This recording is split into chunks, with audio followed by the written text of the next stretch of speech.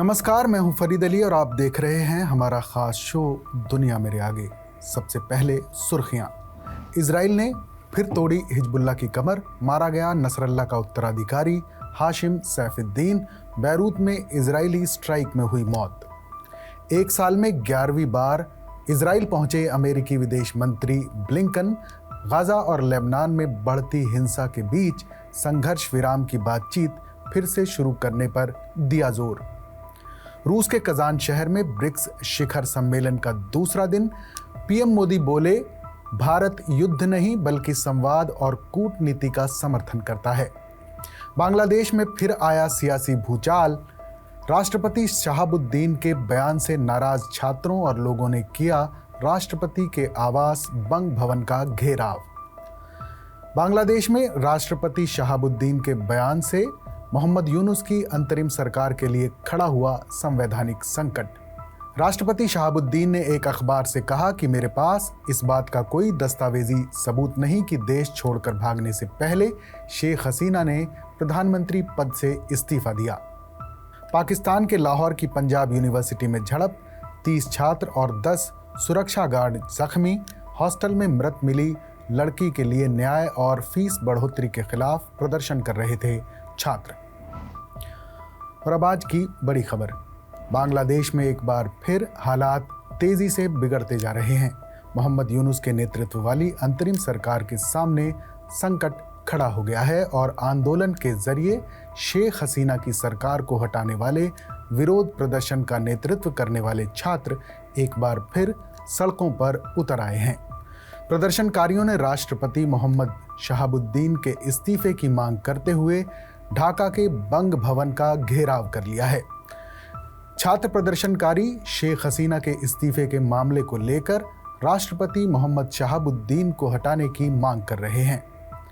दरअसल बांग्लादेश के राष्ट्रपति शहाबुद्दीन ने शेख हसीना के इस्तीफे को लेकर जो खुलासा किया है उसने बांग्लादेश में संवैधानिक संकट खड़ा कर दिया है। राष्ट्रपति ने शेख हसीना का इस्तीफा ना मिलने की बात कही है। उनके मुताबिक मोहम्मद यूनुस के नेतृत्व में बनी अंतरिम सरकार असंवैधानिक है। पिछले हफ्ते बांग्ला दैनिक अखबार मनाब जमीन को दिए एक इंटरव्यू में राष्ट्रपति शहाबुद्दीन ने कहा था कि इस बात का उनके पास कोई दस्तावेजी सबूत नहीं है कि शेख हसीना अगस्त में विरोध प्रदर्शन के बीच देश छोड़कर भागने से पहले प्रधानमंत्री पद से इस्तीफा देकर गई थी। बांग्लादेश के राष्ट्रपति ने कहा कि बहुत कोशिशों के बावजूद उन्हें कोई दस्तावेज नहीं मिल पाया है। शायद शेख हसीना के पास इसके लिए वक्त नहीं था। अब सवाल ये उठता है कि अगर इस्तीफा नहीं दिया तो क्या शेख हसीना बांग्लादेश की प्रधानमंत्री हैं? राष्ट्रपति के इस बयान के बाद बांग्लादेश में इस बात पर चर्चा तेज हो गई है कि क्या संवैधानिक तौर पर शेख हसीना अभी भी देश की प्रधानमंत्री हैं। शेख हसीना के बेटे सजीब वाजिद जॉय ने अगस्त के महीने में ऐसा ही दावा किया था। सजीब ने कहा था कि उनकी मां ने इस्तीफा नहीं दिया है और वो अभी भी बांग्लादेश की प्रधानमंत्री हैं। अगर राष्ट्रपति शहाबुद्दीन ने वाकई ऐसा कुछ बयान दिया है तो इससे बांग्लादेश की अंतरिम सरकार की संवैधानिकता पर सवाल खड़े होते हैं। 5 अगस्त को शेख हसीना ने बांग्लादेश छोड़ दिया था और भारत में शरण ली थी। उनके देश छोड़ने के 3 दिन बाद ही 8 अगस्त को बांग्लादेश में नोबेल पुरस्कार विजेता मोहम्मद यूनुस की अगुवाई में अंतरिम सरकार का गठन किया गया था। राष्ट्रपति शहाबुद्दीन ने कहा था कि उन्होंने 8 अगस्त को यूनुस और उनकी सलाहकार परिषद के सदस्यों को पद की शपथ दिलाने से पहले सुप्रीम कोर्ट से सलाह ली थी। सुप्रीम कोर्ट ने उन्हें असाधारण हालात को देखते हुए आगे बढ़ने की राय दी थी। इस आंदोलन का नेतृत्व एंटी डिस्क्रिमिनेशन स्टूडेंट मूवमेंट कर रहा है। शेख हसीना के इस्तीफे को लेकर राष्ट्रपति की टिप्पणी सामने आने के बाद बांग्लादेश में हसीना विरोधी गुट भड़क उठा और सड़कों पर हंगामा शुरू हो गया। मंगलवार को ढाका के केंद्रीय शहीद मीनार पर एक बड़ी रैली हुई जिसमें छात्रों ने 5 सूत्रीय मांगें रखीं। उनकी प्रमुख मांगों में 1972 के संविधान को खत्म करके एक नया संविधान बनाने की बात कही गई है जो 2024 के हालात को दर्शाए। इसके अलावा उन्होंने राष्ट्रपति के इस्तीफे और आवामी लीग के छात्र संगठन बांग्लादेश छात्र लीग पर प्रतिबंध की मांग रखी है। प्रदर्शनकारियों का नेतृत्व कर रहे कुछ नेता राष्ट्रपति को फांसीवादी का सहयोगी बता रहे हैं। उनका कहना है कि राष्ट्रपति नरसंहार के पक्ष में थे, इसलिए हम उनके इस्तीफे की मांग करते हैं। रैली के बाद प्रदर्शनकारियों ने राष्ट्रपति के आधिकारिक आवास बंग भवन की तरफ मार्च किया। सेना ने रास्ते में बैरिकेड्स लगाए हुए थे। इसके बावजूद प्रदर्शनकारी राष्ट्रपति भवन के बाहर जमा हो गए। वहां उन्होंने जोरदार नारेबाजी की और राष्ट्रपति को हसीना सरकार का समर्थक बताते हुए उनके तुरंत इस्तीफे की मांग की। ये प्रदर्शन दिन ब दिन उग्र होता जा रहा है, जिससे देश के राजनीतिक हालात गंभीर होते जा रहे हैं। इस समूह के एक प्रमुख नेता ने शहाबुद्दीन को अपराधी तक कह दिया। एक रिपोर्ट के मुताबिक इस प्रदर्शनकारी नेता ने कहा कि शहाबुद्दीन को हत्यारी हसीना ने अवैध रूप से नियुक्त किया था। विरोधी छात्र नेता ने कहा कि हम उनसे फौरन इस्तीफा देने और बंग भवन खाली करने की मांग करते हैं, वरना हम जुलाई में हुए छात्र आंदोलन की तरह ही फिर से एक और आंदोलन शुरू करेंगे। एक और प्रदर्शनकारी ने कहा कि राष्ट्रपति शेख हसीना की सत्तावादी सरकार के दोस्त हैं, उन्हें फौरन इस्तीफा दे देना चाहिए। प्रदर्शनकारियों ने पूर्व प्रधानमंत्री शेख हसीना और उनकी सरकार पर गंभीर आरोप लगाए हैं। उनका कहना है कि हसीना सरकार ने पिछले चुनावों में धांधली की थी और ये सरकार अवैध रूप से सत्ता में बनी हुई थी। छात्रों ने 2014, 2018 और 2024 के चुनावों को गैर कानूनी करार देने की मांग की है। साथ ही जिन सांसदों ने इन चुनावों में जीत हासिल की, उन्हें अयोग्य घोषित करने की बात भी रखी गई है। मोहम्मद शहाबुद्दीन की बात करें तो उन्हें चुप्पू के नाम से भी जाना जाता है। वो बांग्लादेश के 16वें राष्ट्रपति हैं। वो एक न्यायविद सिविल सेवक रहे हैं और उन्हें आवामी लीग के नामांकन में 2023 के राष्ट्रपति चुनाव में निर्विरोध चुना गया था। बांग्लादेश का ये राजनीतिक संकट हर रोज गहराता जा रहा है। राष्ट्रपति भवन के बाहर जारी प्रदर्शन इस बात का संकेत है कि देश में जल्द ही कोई नया बदलाव देखने को मिल सकता है। प्रदर्शनकारी देश में लोकतांत्रिक संस्थाओं को मजबूत करने और गैर कानूनी तरीके से सत्ता में बैठे लोगों को हटाने की मांग कर रहे हैं। अब देखना होगा कि इस आंदोलन से क्या नतीजा निकलता है और बांग्लादेश का राजनीतिक भविष्य क्या होता है। और अब आज की दूसरी बड़ी खबर। 5 नवंबर को अमेरिका में राष्ट्रपति का चुनाव होना है और इससे महज चंद रोज पहले अमेरिकी विदेश मंत्री एंटनी ब्लिंकन इजराइल पहुंचे हैं। मंगलवार को ब्लिंकन ने इजराइल के प्रधानमंत्री बेंजामिन नेतन्याहू से मुलाकात की। इस दौरान उन्होंने गजा और लेबनान में बढ़ती हिंसा के बीच संघर्ष विराम की बातचीत को एक बार फिर से शुरू करने की बात पर जोर दिया। हमास नेता यहया सिनवार की हत्या के कुछ दिन बाद ही ब्लिंकन इजराइल पहुंचे हैं। 7 अक्टूबर 2023 को दक्षिणी इजराइल पर हमास के हमले के बाद संघर्ष शुरू होने के बाद से इस इलाके में ये उनकी 11वीं यात्रा है।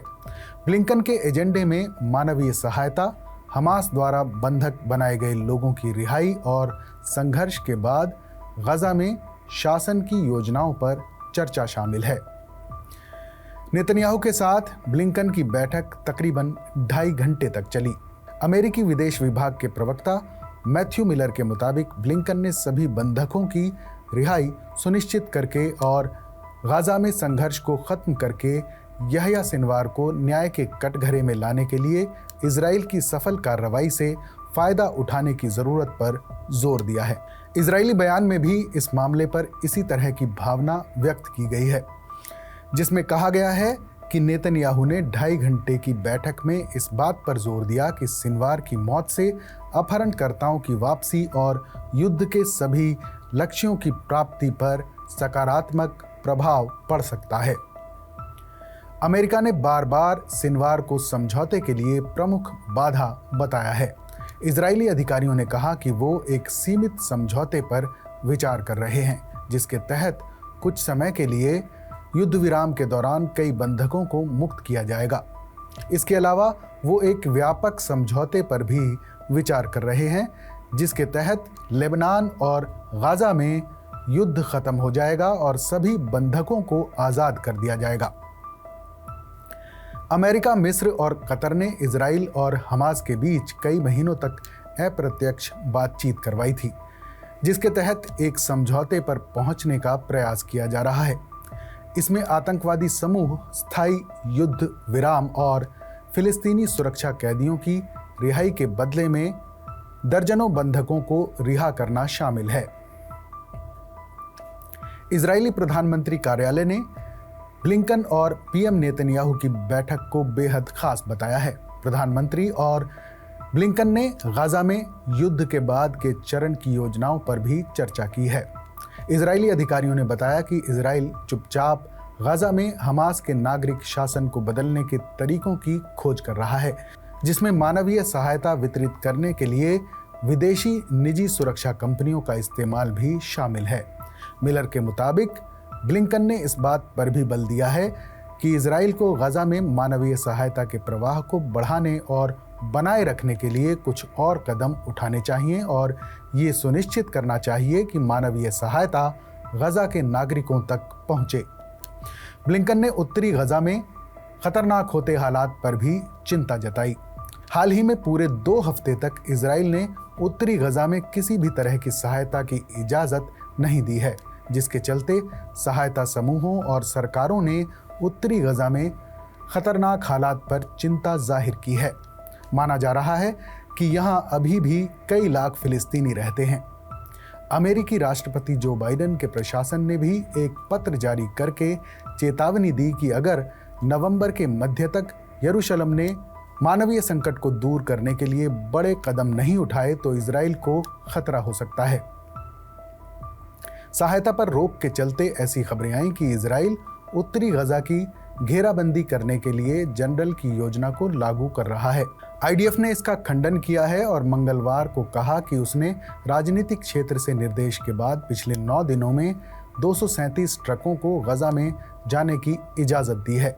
वहीं एक अमेरिकी अधिकारी ने बताया कि पीएम नेतन्याहू और उनके शीर्ष सहयोगियों ने बैठक के दौरान ब्लिंकन के अनुरोध को दरकिनार कर दिया ताकि सार्वजनिक तौर पर यह साफ किया जा सके कि इजराइल उत्तरी गाजा की घेराबंदी नहीं करना चाहता है। अधिकारी के मुताबिक नेतन्याहू और सामरिक मामलों के मंत्री रॉन डर्मर ने जोर देकर कहा कि इजराइल जनरल की योजना को लागू नहीं कर रहा है और तर्क दिया कि इसके उलट दावे इजराइल की सार्वजनिक छवि के लिए नुकसानदायक हैं। दोनों नेताओं ने बातचीत के दौरान तेहरान के खिलाफ एकजुट होने की जरूरत पर भी जोर दिया है। इजरायली प्रधानमंत्री कार्यालय ने कहा कि नेतन्याहू ने इजराइल की उत्तरी सीमा पर सुरक्षा और राजनीतिक बदलाव की जरूरत पर जोर दिया है।